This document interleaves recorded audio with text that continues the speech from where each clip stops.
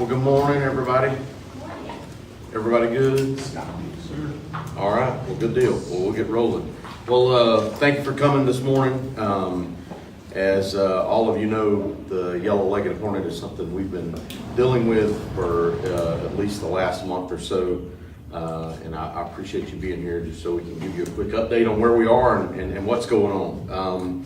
As many of you know, I'm Commissioner of Agriculture, Tyler Harper, and joining me this morning are Dr. Tim Davis from the University of Georgia College of Agriculture and Environmental Sciences, Carl Lightfoot with USDA APHIS.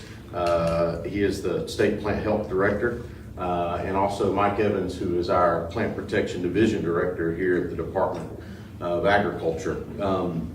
Today, the purpose of this is to announce that we have found and pleased to announce that we have found and destroyed a second yellow-legged hornet's nest on Wilmington Island near Savannah.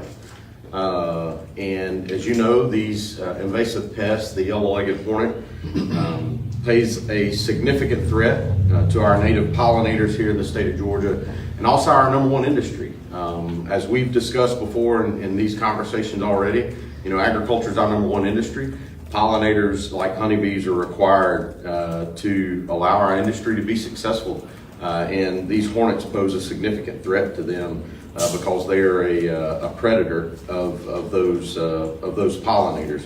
While our efforts on the ground continue, it is important to note that this is a significant victory and another significant step forward for our state and for our agricultural industry as we fight the establishment of the hornet in the state of Georgia. I want to thank specifically Mike, you and your team, and our entire Plant Protection Division, as they have been on the ground since day one, fighting this hornet, working tirelessly to locate and eradicate the hornet, but also our partners at the University of Georgia, at the College of Agriculture, and at USDA for their partnership and their continued help and support in this effort. I also want to extend a thanks to our friends across the borders, both at Clemson University and at the University of Florida, who are now collaborating with us and our teams here in the state of Georgia to ensure that the yellow-legged hornet does not spread to their states. Before getting into the specifics of the second nest that we're here to talk about this morning, I just kind of want to go through our operational response because I don't think we've talked about that specifically, about how we have worked to do this, what our work has been like on the ground to find and eradicate these hornets in our state. We currently have 2 teams of 4 on the ground in the Savannah area, and they are actively setting and checking traps, responding to reported sightings, and surveying for additional hornets. So far, our teams have deployed 134 traps in the area around the initial detection, which are routinely checked for any trap hornets. Additionally, in coordination with our partners at the University of Georgia College of Ag, as well as UGA Extension, we are conducting public outreach to educate Georgians on the yellow-legged hornet and are directly engaging with the stakeholders and stakeholder groups, including beekeepers and pest management professionals in the area. Since our efforts begun, we have made confirmed detection of the yellow-legged hornet in 12 different locations around Wilmington Island, White Marsh Island, and the town of Thunderbolt. 9 of these detections were in response to sightings reported by concerned citizens. 3 of these detections were made by our team in the traps that we have set. The location of these traps, the confirmed detection, and the eradicated nest are shown on the map to my right. So if you'll look at the map, you'll see the locations that we have set up, where our traps are set up, where we have seen those detections, and also where the nests were located, to kind of give a visual of where we've been working and what's been going on. I'm also happy to announce that USDA, and we appreciate their ongoing support, has provided the department with additional funding to continue these efforts on behalf of the department, as well as our farmers and producers and consumers across this state. I want to express my sincere gratitude for that additional help to USDA. So Carl, thank you and your team, and please pass that message along that we appreciate the help to help us continue these efforts. I also want to thank our friends at the Washington State Department of Agriculture for recently providing us with electronic tracking and monitoring equipment, which will be put to use as soon as possible. We will definitely continue to leave no stone unturned and utilize every tool in our toolbox to eradicate the hornet from our state. Now in regards to the nest, on Friday, September 15th, the department staff located a second nest under a bridge in Wilmington Island.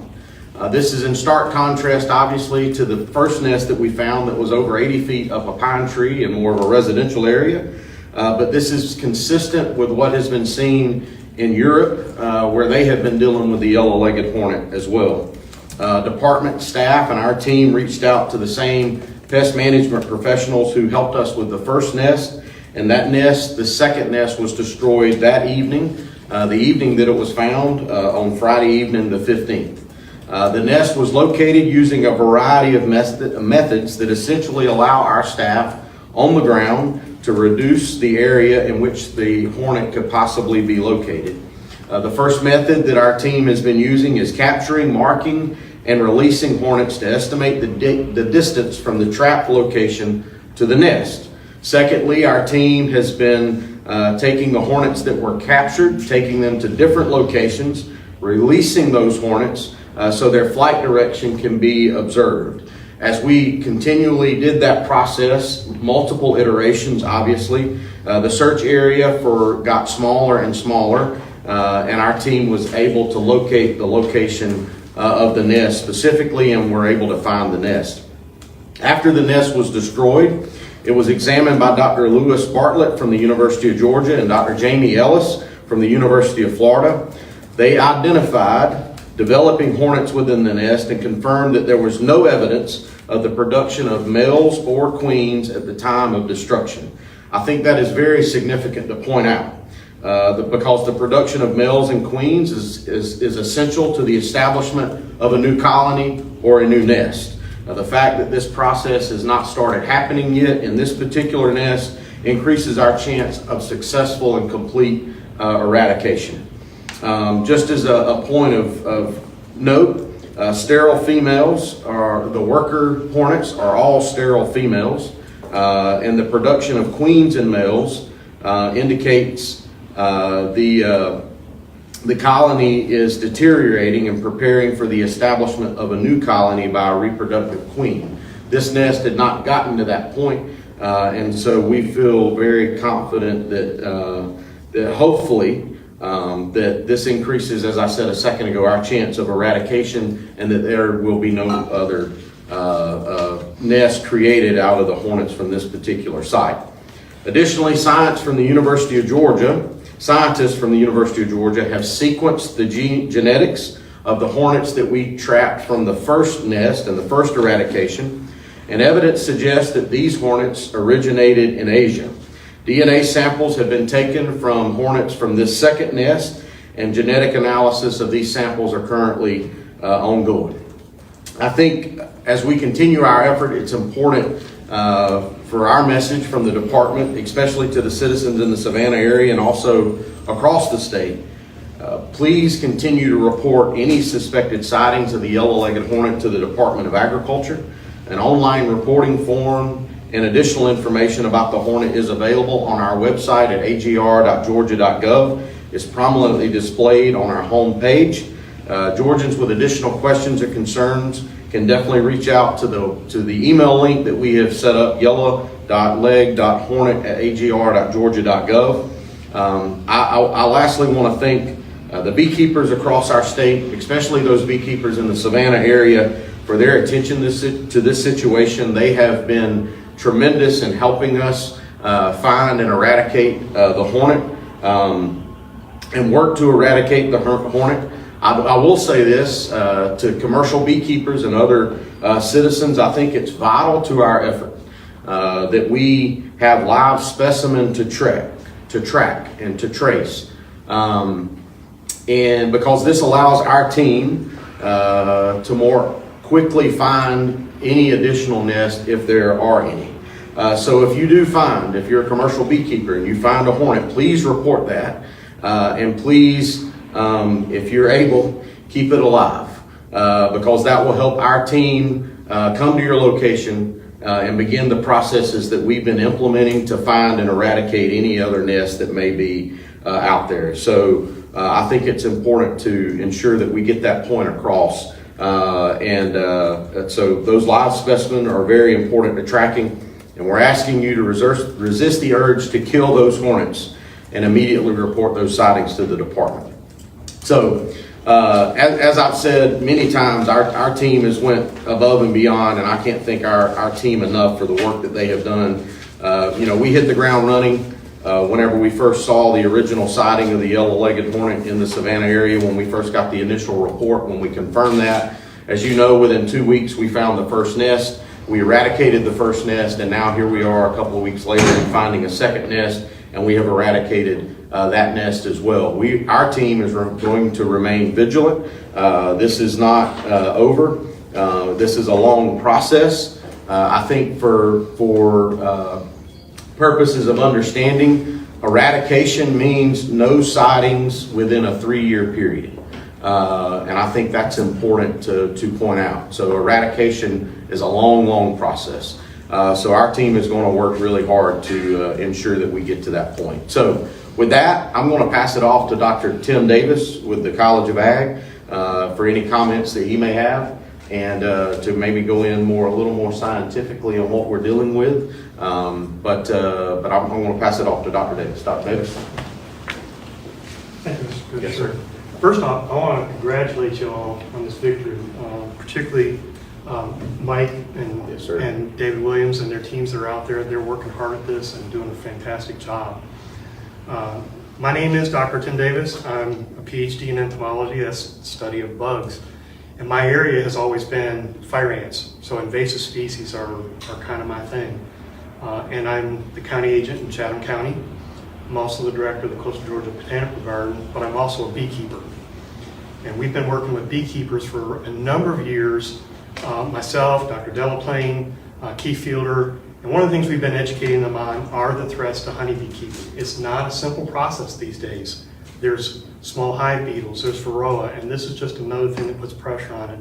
And one of the things I'm excited about is beekeepers who went to our trainings who first identified this thing.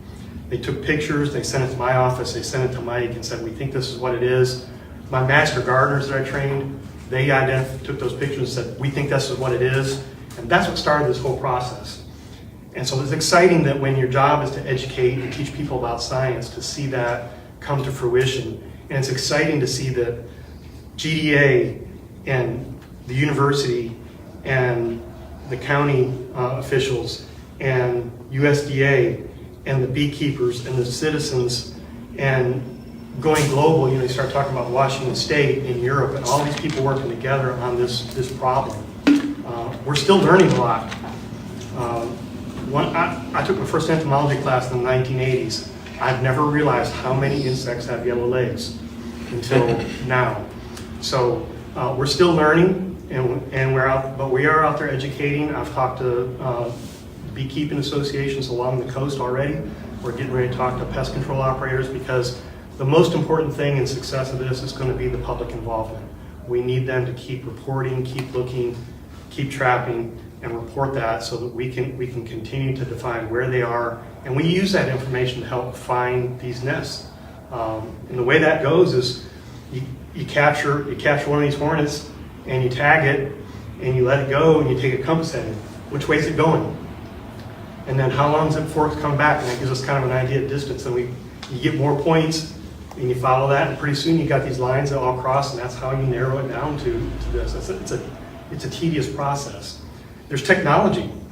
You need little GPS trackers, we can glue those to the thorax, but you can't get those on Amazon apparently. So it's going to be a few weeks before we can get those. And we've got those ordered, and we're using all the technologies and all the tools available to fight this. And education and public outreach and the public's involvement is going to be very, very key to our success in this. Exactly. Mr. Commissioner? Thank you, Dr. Davis.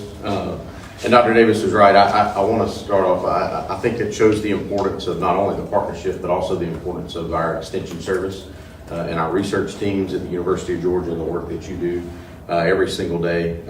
It's definitely vital. to your point on the electronic trackers, I made the comment of the mention of this just a second ago. We did get some from the state of Washington that we hope to be deploying very soon.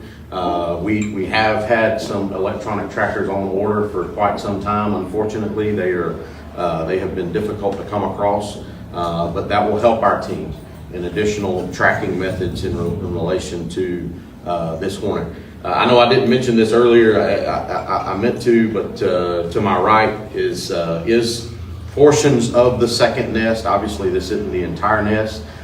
This is much smaller than the first nest that we found and were able to eradicate. But this is portions of the second nest. And for those of you that are curious, that is a yellow-legged hornet in that vial in the front. So give you a little closer idea of what this specific hornet looks like more in person. So with that, I'll open it up for any questions that you may have. How big was the second one that you found? Mike, basketball? about a basketball. It was about 2 basketballs. Okay. And I know y'all are still trying to figure it out, but where are y'all thinking right now these could have come from? So, the genetic testing has confirmed Asia, right? So we know that it come from that part of the world. How they got here is still a question, but it's, you put the pieces together. The port is in Savannah, and so it's very likely that that's the method of transportation and how they got here. But we have confirmed that they did come from Asia. Are you guys planning to do anything specific? Because Port Wentworth is a huge port. I mean, I know lots of companies bring their stuff in from Asia to here and have warehouses. Yep. At the airport, you go through, you have the Beagle Brigade checking for people with, is there thoughts of trying to do something where things coming from Asia, you guys are checking to try to track down, to try to stop invasive pests from coming in? So I will say this, USDA, and Carl may can speak to this more specifically, but USDA, Customs and Border Patrol, the federal government primarily, just like they do at airports, are on the ground in our ports across the country. So they do that work at the ports just like we do at airports. So they're constantly monitoring, so we're going to continue our efforts with them and our partnership with them and ensuring that they're looking for any indications in any shipments that may come in specific to the Hornet. But our federal partners are constantly working on that and constantly monitoring that. Is this something where it's pretty much contained to that? You think that small area near Savannah is not? So right now, with everything that we know and the knowledge that we have currently, and if Mike wants to speak to this a little more, I'll be happy to let him do it. But based on what we know and the reports that we have, the sightings that we have, what you're looking at is where we believe it's confined to as of right now. We have no reason to believe the Hornet is anywhere else outside of this area in Savannah. However, other parts of the state, that we will investigate that as we have been doing. Those reports do come in quite regularly. We investigate those. We either confirm or deny those sightings. But so far, this map shows where we are currently dealing with the yellow-legged one. For the average person that's not a farmer or a beekeeper, how is this going to impact them? So for the average consumer, I think it's important to know, number one, agriculture impacts your life every single day. The food, the fiber, the shelter that our farmers and producers and ranchers across the state produce, it don't just show up on the grocery store shelf. Blueberries and watermelons are an example of products that require pollination. Well, without honeybees, you can't have blueberries. Without honeybees and pollinators, you can't have watermelons. There are over 100 different crops across the country that require pollination by pollinators. And so this hornet is a predator of those pollinators. And if this hornet was to establish itself in such a way that it had a detrimental impact on our honeybee or pollinator population, that means less watermelons, that means less blueberries, that means less other crops that are grown through pollination.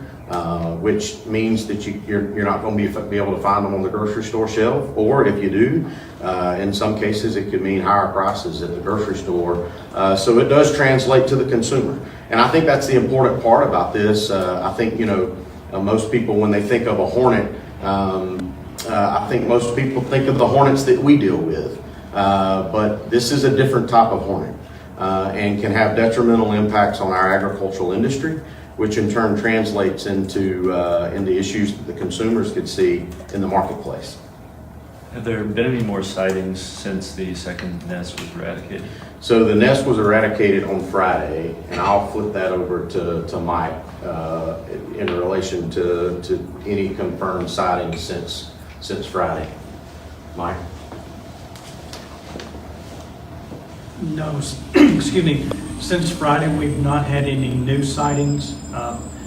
We run our traps, or we check our traps twice a week, and we did have a Hornet in one of the traps, so we're not sure if that was before Friday or not, but we have not found any But it was new discovered. sightings. It was discovered in the trap after the second nest was eradicated. But you don't know if it came there before you guys got the nest, right? That's correct.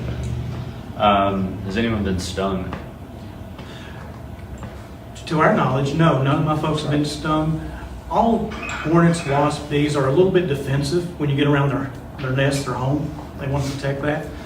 But this one is, we've noticed that it seems to be not what you would call docile, but it's not really defensive like you think of a yellow jacket nest. It's very defensive. This one just does not seem to be defensive, and none of my guys have gotten stung, or the pest control, pest management folks that we've utilized.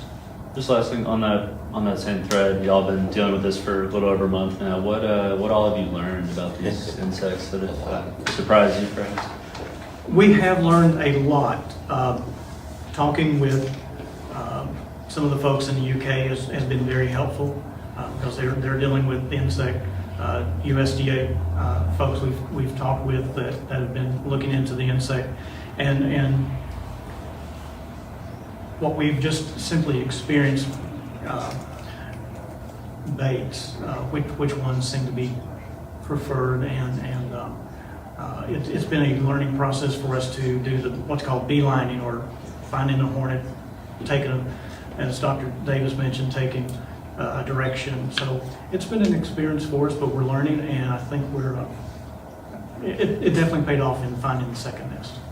Mike, is there, are you encouraging consumers, residents to set traps themselves? Or are there any resources people can go to learn how to make those? We sent out an email to some of the people who have contacted us, and the public's participation is absolutely key. We've received over 3,000 contacts, and most of those have been natives, or there's called a giant hornet that came in the 1800s. So that's primarily what we're receiving, but it's good for the public to do that. Even though almost every State Department of Agriculture does surveys for exotic pests, most of the pest detections are still from a homeowner saying, that just doesn't look right. I want to let someone know. So homeowners, citizens are key for detection. And as far as trapping, yes, Dr. Davis spoke at the Coastal Empire Beekeeping Association and provided information to beekeepers how to make a nest. And we've provided some of that information as well. And we certainly intend to include that a lot more next year, but this year is absolutely fine for people to make a nest and let us know what they find. Does this map depict everywhere that you all are on the ground looking, or are you expanding the territory? So our territory is based on confirmed sightings, right, of where we're looking. So this map currently depicts where our team is working. And obviously we will expand that depending on whether or not we get confirmed sightings or confirmed locations. But we're going to try to hone it in pretty specific. You have anything to add to that, Mike? No, sir, I think you covered it. Okay. Does that map represent an expansion of previous sightings or previous maps you might have made? You want to speak to that?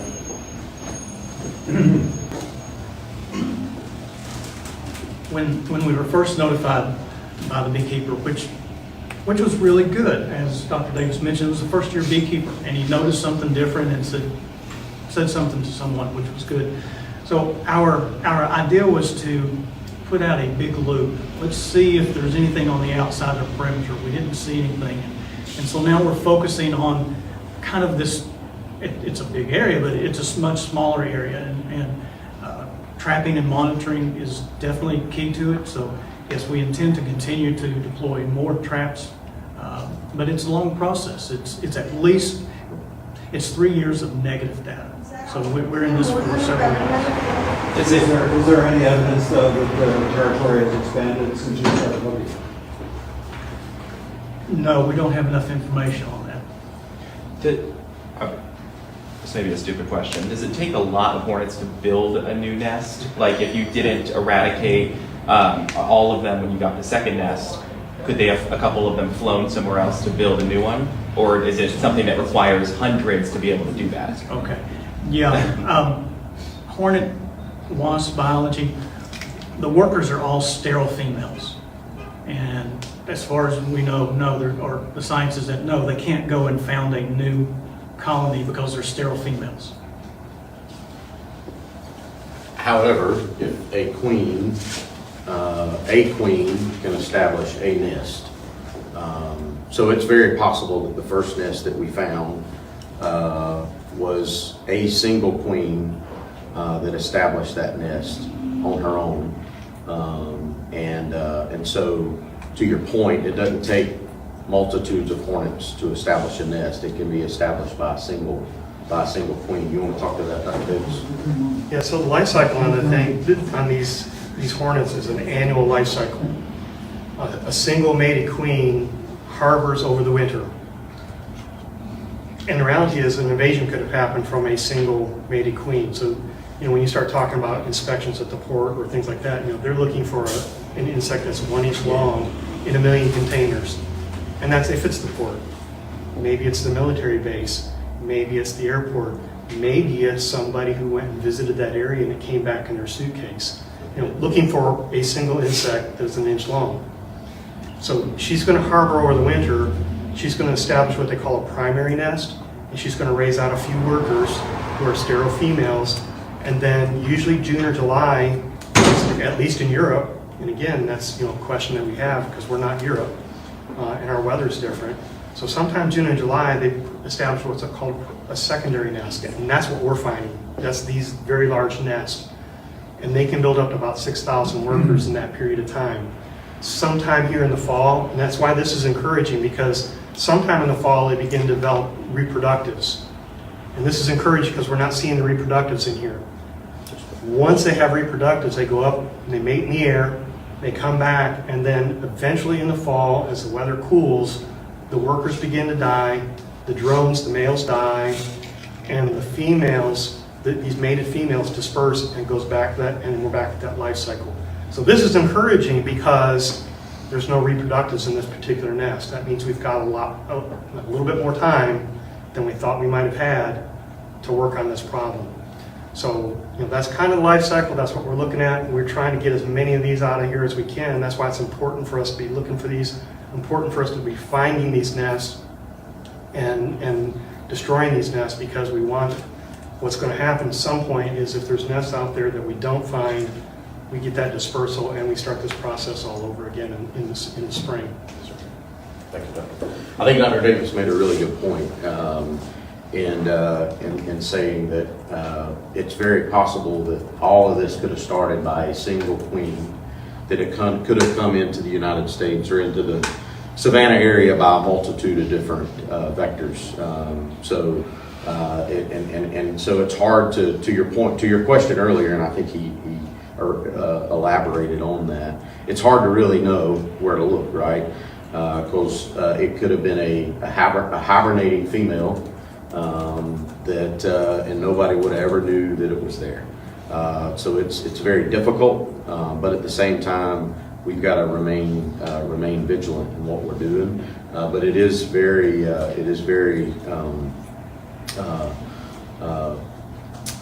exciting's not the right word. I guess it is a little bit of the right word. It's exciting to know that we're finding these secondary nests, what we're calling the secondary nest, as without the reproductive specimen. So that's a good thing for us, because if we can get ahead of that, that gives us more of an opportunity to eradicate these hornets before they have an opportunity to establish themselves again next year. Any other questions? We knew they were spotted by beekeepers. Did the beekeepers notice that they were in fact attacking their hives? So I believe, yes, I mean, they were, I mean, I'll let y'all speak to that. The beekeepers did notice that the hornets were attacking their hives. They were spotted by that, which is kind of how the beekeepers spotted it, but they turned it over to our team. Dr. Davis, I'll let you speak to that a little more. You were on the ground, you know a little more detail on that. The behavior that was noticed is called hawking. So the hornet will hang around outside the hive, and as the bees come and go, it snatches them out of the air. And then it bites off the heads, bites off the abdomen, takes off the legs, and uses just the thorax, because that's where all the wing muscles are, and that's high protein. So that behavior then out there outside the hive is what the beekeepers have been noticing. And it's not just the first one, it's most of them noticing this. In fact, one of the gals who went through my class, she called me. She had swatted it down because it was doing that, wanted to know if that's what it was, and she actually used what's called a queen excluder. It's just like keeps the queen from moving to different places in there. She swatted it down with this big old thing. And so, yeah, they are noticing the hawking behavior of these individual hornets that are attacking the nest. And that's actually what they do. It causes the honeybees to change behavior. And just like you know, if somebody's harassing you, it's hard for you to type on your computer when somebody's talking to you. And that's kind of what's happening. So they change the behavior, they produce less honey, and they do less pollination. And I want to point out, you know, we talk about pollination being important for food. Pollination is also important for fiber. When you start talking about cotton plants that need, you know, the clothes you're wearing, everything but my jacket today is cotton. And this can affect that kind of an industry. So, Any other questions? Well, thank y'all very much. Thank y'all for coming out. Glad to have you with us. Appreciate it. Just help us keep spreading the message as we work to completely eradicate the hornet in the state of Georgia. Y'all have a wonderful day. Thank you.